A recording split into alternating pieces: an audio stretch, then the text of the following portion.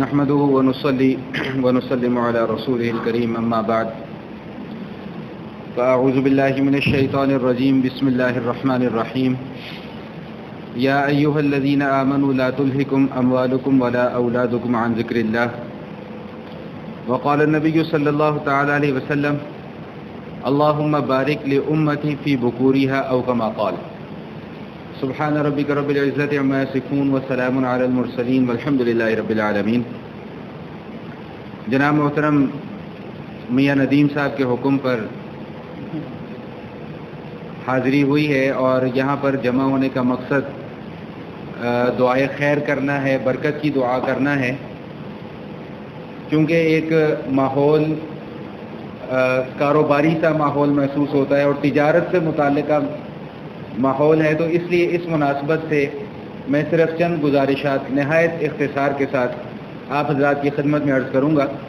دیکھیے، اللہ تعالیٰ نے اس پوری کی پوری کائنات کی تخلیق فرمائی ہے، اور کائنات کی تخلیق فرمانے کے بعد اس میں جتنی بھی مخلوقات اللہ پاک نے پیدا فرمائی ہیں، ان میں انسان کو ایک سب سے بلند اور ایک سب سے اونچا مرتبہ عطا فرمایا ہے، اور اس کی سب سے بڑی وجہ یہ ہے کہ جو ادراک اور جو شعور، جو علم اللہ تعالیٰ نے انسان کو عطا فرمایا ہے، وہ اللہ پاک نے دیگر مخلوقات میں سے کسی کو بھی نہیں عطا فرمایا۔ بہت ساری چیزیں ایسی ہیں جو ہم فطرتی طور پر لے کر پیدا ہوتے ہیں، اور بہت ساری چیزیں ایسی ہیں جو ہم دنیا میں آ کر سیکھتے ہیں۔ مثال کے طور پہ جب بچے کی پیدائش ہوتی ہے تو اس کو اتنا پتہ ہے کہ جب ماں مجھے اپنی چھاتی کے ساتھ لگائے گی تو میں نے اس کو چوسنا ہے، یہ اللہ تعالیٰ نے فطرتی طور پہ اس کو علم عطا فرمایا ہے۔ لیکن اس کے علاوہ اس کو بولنا نہیں آتا، اس کو چلنا نہیں آتا، وہ دوڑ نہیں سکتا، وہ اپنی مرضی سے کھا پی نہیں سکتا۔ وقت گزرنے کے ساتھ ساتھ اس کو یہ ساری کی ساری چیزیں اللہ تعالیٰ کی طرف سے سکھلانے کا بھی انتظام کر دیا جاتا ہے۔ تو اسی طرح بالکل جو ہماری زندگی ہے، ہمیں یہاں پر صرف اس لیے نہیں بھیجا گیا کہ ہم آئیں، کھائیں، پئیں، موج مستی کریں اور اس کے بعد پھر ہماری زندگی ختم ہو جائے۔ صرف اس لیے ہمیں نہیں بھیجا گیا، بلکہ ہمیں اس دنیا کے اندر ایک خاص مقصد کے تحت بھیجا گیا ہے، اور اس مقصد کے تحت جتنے بھی ہمارے معاملات ہیں وہ ہمیں چلانے کا حکم دیا گیا۔ پیسہ کمانا اور کھانا یہ اللہ تعالیٰ نے ہماری ضروریات میں سے رکھا ہوا ہے۔ نبی کریم علیہ الصلوۃ والتسلیم ارشاد فرماتے ہیں کہ انسان کہتا ہے نا، میرا مال میرا مال میرا مال، فرمایا کہ تمہارا مال تو صرف تین چیزیں ہیں، ایک وہ جو تم نے پہن لیا، ایک وہ جو تم نے کھا لیا، اور ایک وہ جو تم نے آخرت کے لیے ذخیرہ کر دیا، اللہ کے راستے میں صدقہ و خیرات کر دیا۔ صرف یہ تین چیزیں تمہارا مال ہیں، اس کے علاوہ جتنی بھی چیزیں ہیں ان کے اوپر تمہارا کوئی حق نہیں ہے۔ آج ہماری آنکھ بند ہوگی، کل کو ہمارے ورثاء آپس میں لڑنا جھگڑنا شروع کر دیتے ہیں کہ اس میں اتنا حصہ میرا ہے، اتنا حصہ میرا ہے، اتنا حصہ میرا ہے۔ تو ہمارا مال تو صرف وہی ہے جو ہم نے کھا لیا، جو ہم نے پہن لیا۔ اب ظاہری بات ہے، اس کھانے کے لیے، اس پہننے کے لیے ہمیں کمانے کی بھی ضرورت ہے۔ اس کمانے کے حوالے سے اللہ کے رسول صلی اللہ تعالیٰ علیہ وسلم نے جو تعلیمات ہمیں بیان فرمائی ہیں، ان تعلیمات کو مد نظر رکھتے ہوئے اگر ہم اپنی ساری کی ساری زندگی کے معاملات چلائیں تو ہمارا یہ کمانا بھی عبادت ہے اور ہمارا یہ کھانا بھی عبادت ہے۔ سیدنا علی المرتضیٰ رضی اللہ تعالیٰ عنہ کے متعلق آتا ہے کہ وہ فرماتے ہیں کہ میرا کوئی بھی کام عبادت سے خالی نہیں ہے۔ لوگوں نے پوچھا، حضرت یہ آپ نے کیسی عجیب سی بات کہی ہے، آپ نے اپنی ضروریات بھی پوری کرنی ہوتی ہیں، آپ نے اپنے سارے معاملات بھی چلانے ہوتے ہیں، پھر آپ یہ کیسے فرما رہے ہیں کہ میرا ہر کام عبادت ہے؟ تو فرمایا کہ میں جب بھی کوئی کام کرنے لگتا ہوں تو میں یہ دیکھتا ہوں کہ یہ میرے نبی علیہ الصلوۃ والسلام کا طریقہ ہے کہ نہیں ہے۔ اگر ان کے طریقے کے مطابق ہوتا ہے تو میں کر لیتا ہوں، اگر نہیں ہوتا تو میں اس کام کو چھوڑ دیتا ہوں۔ تو جب حضور کے طریقے کے مطابق کوئی کام کر لیا تو میرا وہ کام کرنا بھی عبادت ہے۔ اسی طرح اللہ کے رسول صلی اللہ تعالیٰ علیہ وسلم نے جب ہمیں آداب بتلائے ہیں، معاشرت کے آداب بتلائے ہیں، معیشت کے آداب بتلائے ہیں، تو وہاں پر کچھ تعلیمات ہمیں ایسی ملتی ہیں کہ جن کا جاننا اور جن کا سیکھنا ہم سب کے لیے ضروری ہے۔ مثال کے طور پہ اس میں سب سے بنیادی پہلو یہ ہے کہ اگر ہمیں پیسے کمانے ہیں اپنی ضروریات کو پورا کرنے کے لیے، تو اس میں ہمارے اوپر کچھ پابندیاں ہیں، ہمیں ان پابندیوں کو ملحوظ خاطر رکھنا ضروری ہے۔ نبی علیہ الصلوۃ والسلام نے تاجرین کے متعلق، تجار کے متعلق یہ بات خصوصی طور پہ ارشاد فرمائی ہے کہ بھئی پہلی بات تو یہ خیال میں رکھو کہ قسمیں کھا کھا کے اپنا مال مت بیچا کرو۔ پہلی چیز یہ بیان فرمائی کہ قسمیں کھا کھا کے اپنا مال مت بیچو. دوسری چیز جو نبی علیہ الصلوۃ والسلام نے بیان فرمائی، یہ فرمایا کہ جب بھی کوئی چیز بیچنی ہو اس کے اندر اگر کوئی عیب موجود ہو تو وہ عیب بتلا کر بیچو، بغیر عیب بتلائے کوئی چیز نہ بیچو. اللہ کے حبیب صلی اللہ علیہ وسلم فرماتے ہیں کہ ایسا شخص مسلسل اللہ کے غضب اور غصے میں رہتا ہے جو بغیر عیب بتلائے ہوئے گاہک کو کوئی چیز فروخت کر دیتا ہے حالانکہ اسے خود کو پتا ہو کہ اس کے اندر یہ عیب موجود ہے. میں صرف 2 مثالیں مختصراً عرض کر دوں. سیدنا امام ابو حنیفہ رحمۃ اللہ تعالی علیہ، سب ان کی شخصیت سے واقف بھی ہوں گے اور ان کا نام بھی سنا ہوگا. یہ بہت بڑے تاجر تھے کپڑے کے. تو ان کے پاس ایک مرتبہ کچھ کپڑا آیا جس کے اندر تھوڑا سا کھوٹ تھا.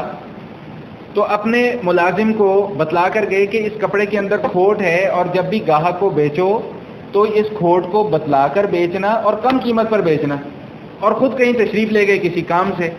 ان کے پیچھے ملازم نے وہ کپڑا فروخت کر دیا، لیکن اس کے ذہن میں نہیں رہا کہ میں نے اس کا عیب بھی بتلانا تھا اور پوری قیمت پہ فروخت کر دیا. امام صاحب واپس تشریف لاتے ہیں، دیکھتے ہیں کہ بھئی وہ کپڑے کا تھان بکا ہوا ہے. ملازم سے پوچھا کہ عیب بتلا کر بیچا تھا؟ عرض کیا کہ حضور میں بھول گیا. فرمایا جاؤ اور اس گاہک کو تلاش کر کے لے کر آؤ، اور مل جائے تو اس کو میرے پاس لے کر آؤ اور اس کو پیسے اس کے واپس کرو. تم نے اس کے ساتھ زیادتی کی ہے، تم نے اس کے ساتھ ظلم کیا ہے. آج ہمارے معاشرے کے اندر ہم لوگ بہت زیادہ یہ گلا شکوہ کرتے ہوئے نظر آتے ہیں، جی ہمارے کام میں برکت نہیں ہو رہی ہے، ہمارے اخراجات پورے نہیں ہو رہے ہیں. لیکن کبھی ہم نے ان پہلوؤں کے اوپر غور کرنے کی ضرورت محسوس نہیں کی کہ یہ بے برکتی کے آخرکار اسباب کیا ہیں. ان اسباب میں سے ایک سب سے بڑا سبب یہ بھی ہے کہ میں اپنی بات نہیں کر رہا ہوں یا یہاں پر بیٹھے ہوئے لوگوں کی بات نہیں کر رہا، میں اوور آل ایک معاشرے کی بات کر رہا ہوں کہ معاشرے کی کیفیت اس وقت یہ ہے کہ ہم 2 نمبر چیز کو 1 نمبر چیز کہہ کر فروخت کر دیتے ہیں. بعد میں ہم رونا پٹنا مچا دیتے ہیں کہ جی ہماری ضروریات نہیں پوری ہوتی، ہمارے اخراجات نہیں پورے ہوتے.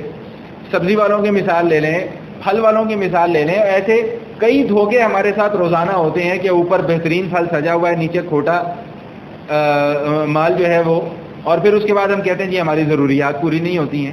نبی علیہ الصلوۃ والسلام کے پاس ایک صاحب تشریف لاتے ہیں اور آ کر عرض کرتے ہیں یا رسول اللہ میں ایمان قبول کرنا چاہتا ہوں. ایمان قبول کر لیا. عرض کہ یا رسول اللہ مجھے کوئی ایک نصیحت فرما دیجیے بس. فرمایا کہ میں تمہیں اس بات کی نصیحت کرتا ہوں کہ ہمیشہ اپنے مسلمان بھائیوں سے خیر خواہی کا معاملہ کرنا. اب وہ نبی علیہ الصلوۃ والسلام کی نصیحت کو انہوں نے ایسا اپنے پلے سے باندھ لیا. نصیحتیں ہم بھی روز پڑھتے ہیں، نصیحتیں ہم بھی روز سنتے ہیں، لیکن ہم صرف پڑھنے اور سننے کی حد تک ان کو محدود رکھتے ہیں، اس سے اگلا سٹیپ ہم لوگ نہیں لیتے. اب ان صحابی کی ذرا آپ اس نصیحت کے اوپر عمل کرنے کا انداز دیکھیے کہ ان کے خادم ایک عربی بہترین گھوڑے کا سودا کر کے لے کر آئے اور 300 درہم میں وہ گھوڑا خرید کے لے کے آئے. جب وہ ان کے پاس لے کر آئے تو وہ یہ سوچ کر آئے کہ آج میرے آقا بڑے خوش ہوں گے کہ میں بڑا سستا اور بڑا بہترین گھوڑا خرید کے لے کر آیا ہوں. جب ان صحابی نے وہ اس گھوڑے کو دیکھا انہوں نے کہا کتنے کا لے کے آئے ہو؟ انہوں نے کہا جی 300 درہم کا لے کے آیا ہوں. تو انہوں نے فرمایا کہ یہ تو بہت تم سستا گھوڑا لے کر آئے ہو، اس کی قیمت تو کم از کم 800 درہم ہے، تم سستا کیوں خرید کے لے کے آئے؟ انہوں نے کہا جی وہ بیچنے والا مجبور تھا، میں نے اس کو 300 درہم کی آفر لگائی، اس نے مجھے دے دیا. فرمایا نہیں تم نے اس کے ساتھ زیادتی کی ہے. رسول اکرم صلی اللہ علیہ وسلم نے فرمایا کہ ہاں ہمیشہ اپنے مسلمان بھائی کے ساتھ خیر خواہی کا معاملہ کرو. یہ خود تشریف لے گئے، 500 درہم مزید اپنے ساتھ لے کر گئے اور جا کر اس بیچنے والے کو ڈھونڈا اور اس کو وہ 500 درہم تھما کر پھر واپس آئے کہ بھائی اس گھوڑے کی اصل قیمت جو ہے وہ 800 درہم تھی، میرا ملازم غلطی سے تم سے 300 درہم میں خرید کر لے گیا. تو ایک طرف تو نبی علیہ الصلوۃ والسلام کی یہ تعلیمات ہیں، دوسری طرف ہمارا اپنا عمل ہے. اور دوسری جو بنیادی تعلیم ہے جو ہمیں دی گئی ہے معیشت کے حوالے سے وہ یہ ہے کہ جو بھی ہم نے مال کمانا ہے اس میں سے ایک مخصوص حصہ ہم نے اللہ کے راستے میں بہرحال خرچ کرنا ہے.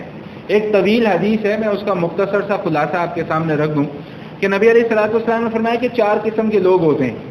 ایک آدمی وہ ہے کہ جس کو اللہ تعالیٰ نے مال و دولت بھی عطا فرمایا ہے اور مال و دولت کو خرچ کرنے کا ڈھنگ بھی عطا فرمایا ہے کہ میں نے اس مال کو کہاں خرچ کرنا ہے اور کہاں نہیں خرچ کرنا.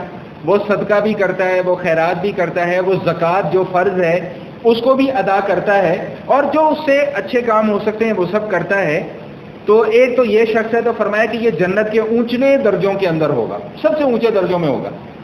دوسرا ایک وہ شخص ہے کہ جس کے پاس مال نہیں ہے لیکن اللہ تعالیٰ نے اس کو شعور عطا فرمایا ہے اور وہ یہ تمنا کرتا ہے کہ اگر میرے پاس مال ہوتا تو میں بھی جس طرح پہلے نمبر والا آدمی اچھی جگہوں پہ اچھے کاموں پہ مال خرچ کرتا ہے، میں وہاں پر مال خرچ کرتا.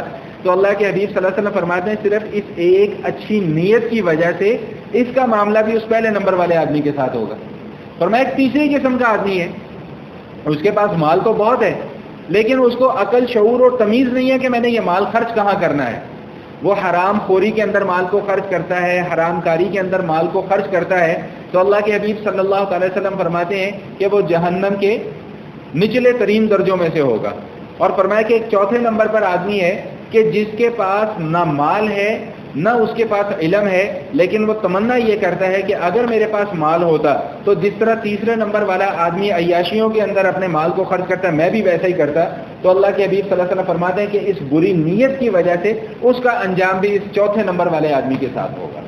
تو اللہ کے حبیب صلی اللہ علیہ وسلم کی ہمارے پاس بے شمار ابھی تفصیلی گفتگو کرنے کا موقع نہیں ہے، بس میاں صاحب کا حکم تھا، اس لیے میں مختصر کچھ اہم باتیں آپ کے سامنے رکھنے کی کوشش کر رہا ہوں. ایک بنیادی پوائنٹ جو میں اکثر اپنے جمعے کے بیانات میں بھی بیان کیا کرتا ہوں، میاں صاحب نے بھی کئی مرتبہ سنا ہے، جو میں نے حدیث ابھی پڑھی تھی کہ اللہم بارک لی امتی فی بکورہا، کہ اے اللہ میری امت کے لیے صبح کے وقت میں برکت عطا فرما.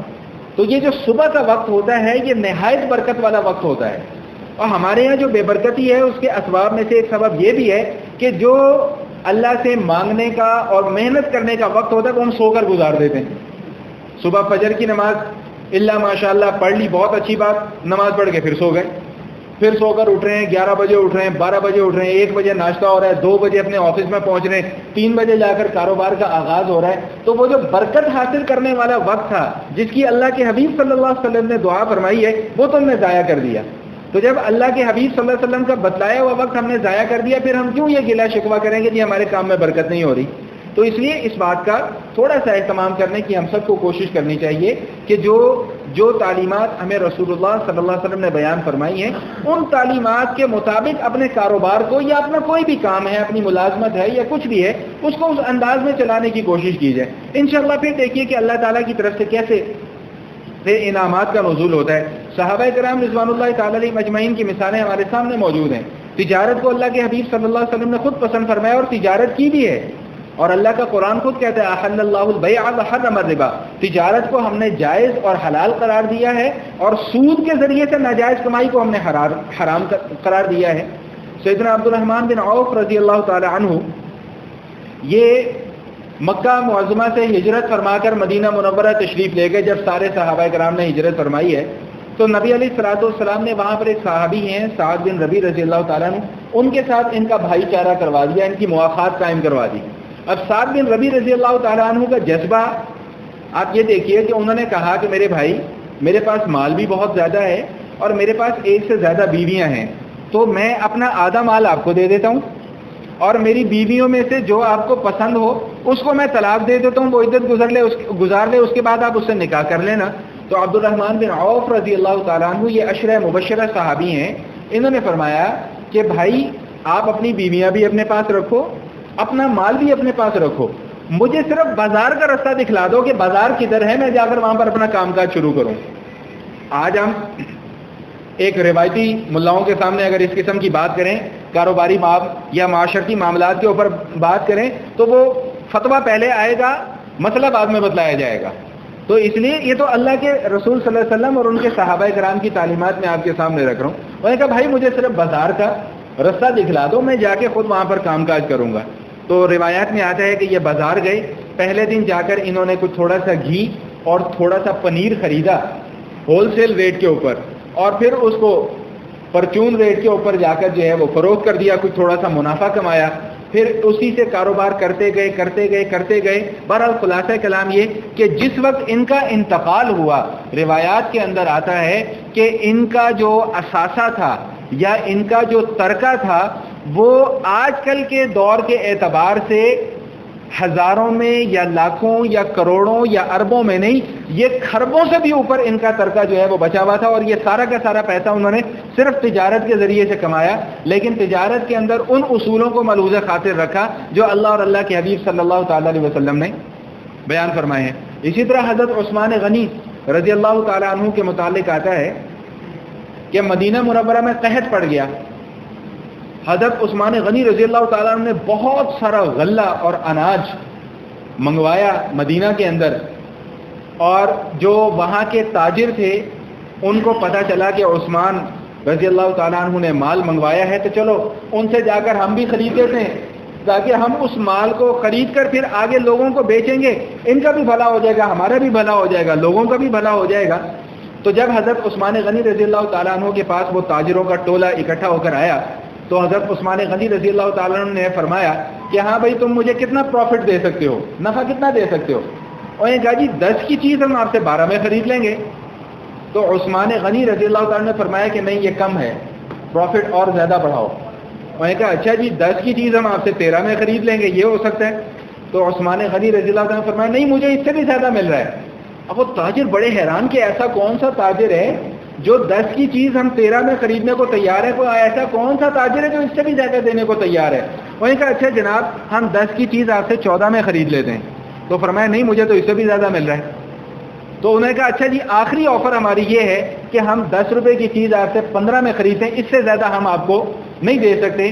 تو عثمان غنی رضی اللہ تعالیٰ نے فرمایا کہ بھائی مجھے اس سے بھی تو کہیں زیادہ مل رہا ہے. تو ان تاجروں نے کہا کہ حضرت پھر آپ ایسا کریں اپنا مال وہیں پر بیچ دیں، ہماری اتنی سخت نہیں ہے. تو عثمان غنی رضی اللہ تعالیٰ نے فرمایا کہ بھائی مجھے تو 10 کے بدلے میں 100 مل رہا ہے، 10 کے بدلے میں 100 مل رہا ہے. جی ہمیں بھی تو بتاؤ آخر ایسا تاجر ہے کون سا؟ اور یہ کہا وہ تاجر میرا رب ہے جو یہ کہتا ہے کہ میرے راستے میں 1 لگاؤ گے تو میں اس کے بدلے کم از کم تمہیں 10 عطا کروں گا. تو میں 10 کے بدلے میں تو وہاں سے 100 کما رہا ہوں. تو یہ میرا جتنا بھی غلہ ہے یہ تمام کے تمام مدینے کے جتنے بھی فقراء ہیں ان سب کے اوپر میں صدقہ کر دیتا ہوں.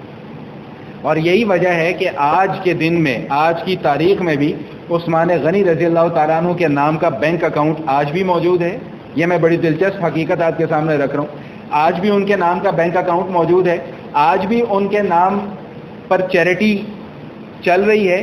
یہ وہ صدقہ و خیرات ہے، یہ صدقہ جاریہ ہے جو اس دور میں انہوں نے کیا اور آج تک اس کا ثمرات جو ہیں وہ غرباء اور فقراء کو پہنچ رہے ہیں، اور ثواب جو ہے وہ حضرت عثمان غنی رضی اللہ تعالیٰ عنہ کے اکاؤنٹ میں جا رہا ہے. تو بہرحال اس مختصر سی نشست کا اور گفتگو کا خلاصہ صرف اور صرف یہ تھا کہ اللہ تعالیٰ نے ہمیں اس دنیا میں کام کاج کرنے کا موقع بھی دیا ہے، ہمت بھی دی ہے، طاقت بھی دی ہے، صحت بھی دی ہے. یہ سب سے پہلے اللہ کی بہت بڑی نعمت ہے اور ہمیں اس نعمت کے اوپر اللہ تعالیٰ کا بارہا شکر ادا کرنا چاہیے. وگرنہ کئی دنیا میں ایسے بھی لوگ موجود ہیں کہ جن کے پاس زندگی تو ہے لیکن صحت نہیں ہے، صحت ہے لیکن کام کرنے کی استطاعت اور طاقت نہیں ہے، کام کرنے کی استطاعت اور طاقت ہے تو سرمایہ کسی کے پاس نہیں ہے. اللہ پاک نے ہمیں یہ ساری کی ساری چیزیں عطا فرمائی ہیں، تو اس پر اللہ تعالیٰ کا جتنا بھی شکر ادا کیا جائے اتنا کم ہے. اور جو چند مختصر سی گزارشات میں نے آپ کے سامنے احادیث کی روشنی میں پیش کی ہیں، کوشش یہ کی جانی چاہیے کہ ان احادیث کی روشنی میں سنت کے مطابق ہم اپنی تجارت کو،